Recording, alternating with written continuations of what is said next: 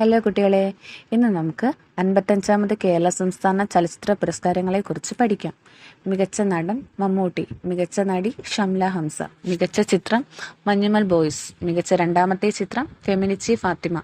മികച്ച ജനപ്രീതിയും കലാമേന്മയുമുള്ള ചിത്രം പ്രേമലു, മികച്ച സ്വഭാവ നടൻ സൗബിൻ ആൻഡ് സിദ്ധാർത്ഥ് ഭരതൻ,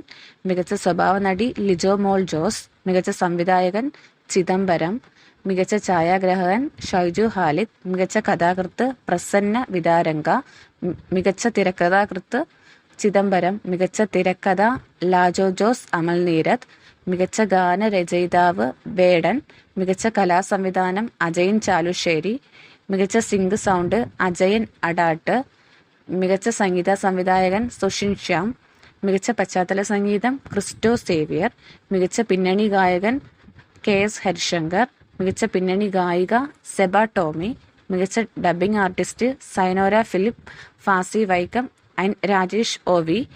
മികച്ച choreography Sumesh Sundar and Jishnudas MV,